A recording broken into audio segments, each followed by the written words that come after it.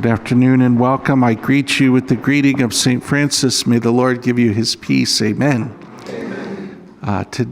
We have so many great saints and feast days starting mid-September until mid-October, really.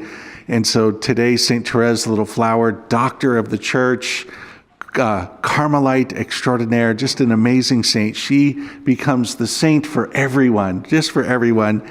We know so many great stories about her. She promised that when she finally got to heaven, her mission would then begin, and that she would let a shower of roses fall, as intercessory signs.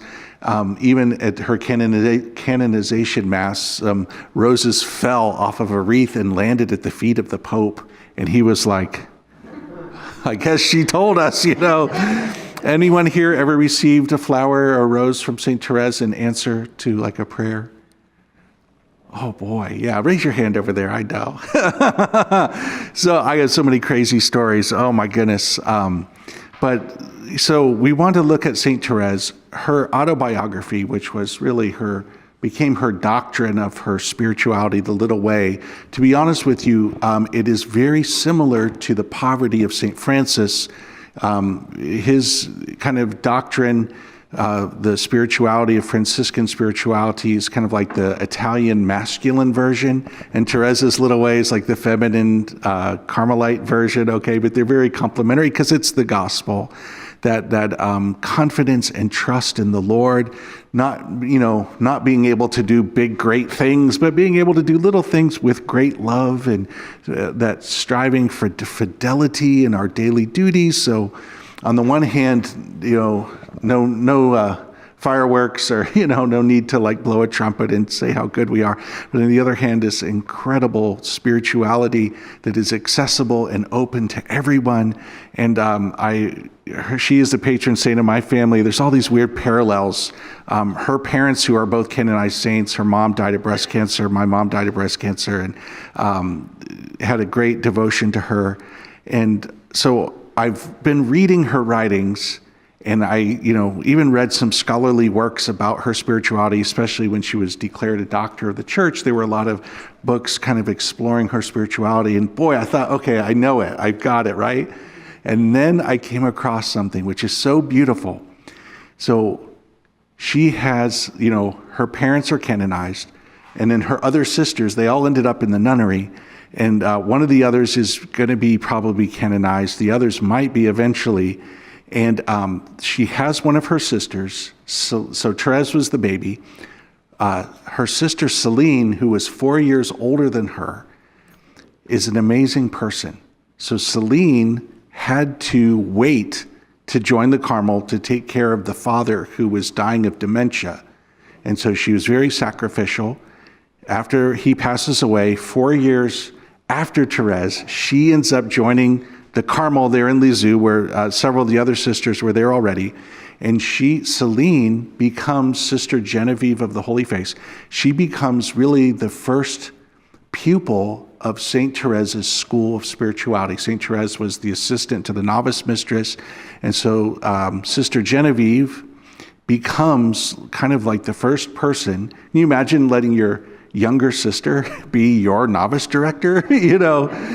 And then here's where it gets good. After St. Thérèse dies, and the word starts getting out about her and her memoirs, and then people are really praying to her, it was Celine that everyone checked in with to get clarifications on certain questions that came up about Thérèse's writings. So Celine, Sister Genevieve, became friends with several popes and cardinals and all these people, and she became kind of the witness to like the authentic understanding of Thérèse's doctrine. And so she wrote a memoir about her sister Thérèse, and when I read that, I realized I had not understood all along, like that insight of her sister. And I believe so strongly in it that I would propose that in the future, when they publish Thérèse's autobiography, this little work from Sister Genevieve should be in there as well. It's like an addendum because she clarifies so many important points there, and it gives a great witness to like what Thérèse really taught about the spiritual life. She also was an artist and a photographer, so all of the beautiful photographs that we have of Saint Thérèse were taken by her sister, Sister Genevieve.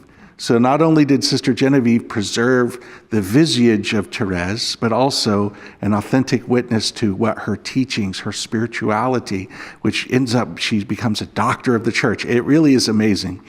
I'll conclude with this detail, which is quite profound.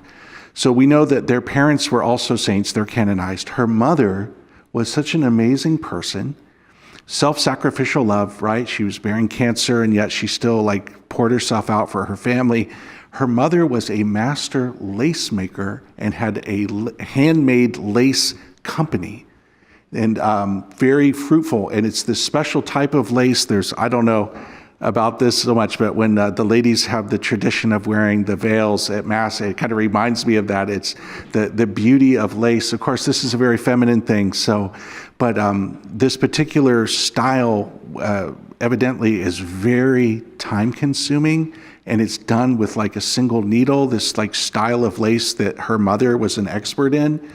And Thérèse herself learns how to make lace from her mother. And I thought, that is such a great metaphor for the spiritual life, because when you read the writings of Saint Thérèse, she had such a gift for being able to discern and kind of describe the workings of the Spirit in a soul as you grow in holiness, as you grow in confidence and trust in the Lord. And it really reminds me of this kind of slow, meticulous making of lace, and like that beautiful, like lace is this incredibly beautiful, intricate fabric that kind of stands as a metaphor for like kind of the great project that's happening in the hearts of all of us, as the grace of the Lord is unfolding in each one of our own lives, that it's like this kind of beautiful kind of construction of this piece of lace. And you can imagine the patience and the care and the attention to detail that is needed to do that. It's really fascinating. And so I wonder if maybe that idea, that metaphor could really stand for all of us to give special attention to our own spiritual life and an attentiveness to that beautiful unfolding of God's grace for each one of us. Amen.